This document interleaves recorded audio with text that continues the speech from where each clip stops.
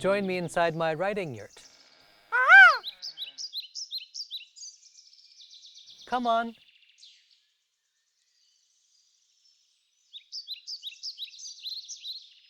Even though this is getting us toward the end of our session for today, I want to take a moment to ask Crystal to see if you had any questions that occurred to you during the course of our Ask Cozy Grammar time together, in which case I'd be very happy to answer them. You can unmute and ask them directly, or you can chat them in the chat box.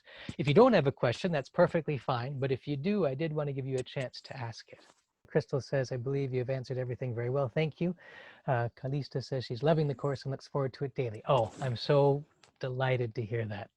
Please give her our warm regards and best wishes from Cozy Grammar. And there was one last question I noticed in here. Dennis asked earlier on, which I'll just quickly answer this question before we say good evening. Dennis E. writes, hello, Thomas. What is your background as an English teacher? How does it correlate with your work as a poet and a writer? So I'll just quickly note that so my own background as an English teacher is that I've taught English now on and off for 22 years. Beginning, after graduating from college, I taught for 2.5 years in South India, and then I've taught at the university level at the Ohio State University, and I've also worked as a tutor and tutored students from elementary and middle school all the way through high school and college. But I think of myself primarily as a writer and a poet, and that's my daily work.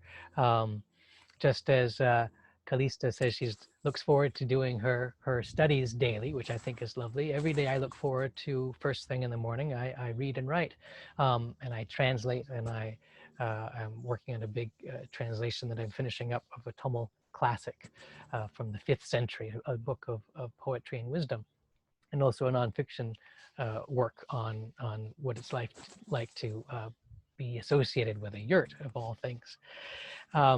But as a writer and a poet who is also a teacher, I'll just say that one of the things I love about talking about grammar and sharing grammar as a writer is that for me, grammar is not a school subject. I mean, we speak about it in school, but for me, grammar is something that I use every day.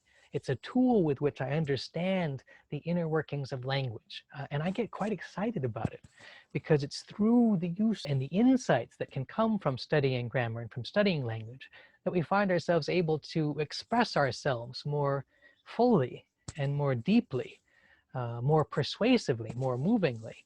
And so everything that I do as a teacher and everything I try to offer to my contribution as my contribution to Cozy Grammar is to find a way to bring those things together, to bring the knowledge of grammar or punctuation or spelling back into connection with the practice of writing, and not just the practice of writing, but the possibility of writing and other creative practices as a way of freeing our own voices, freeing our capacity to express ourselves and to make our presence and our voices part of the wider conversation in the world. So that's a quick answer to your question, Dennis. I'll see if Dennis has any follow-up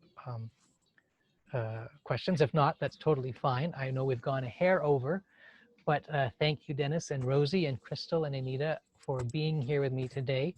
If you have any follow-up questions, feel free to write, and I will be happy to write back to you. And in the meantime, I wish all of you the very best. Stay safe and enjoy the summer weather, if you have lovely summer weather, and enjoy whatever weather you have wherever you are, actually. And I look forward to being in touch with you. Thank you so much.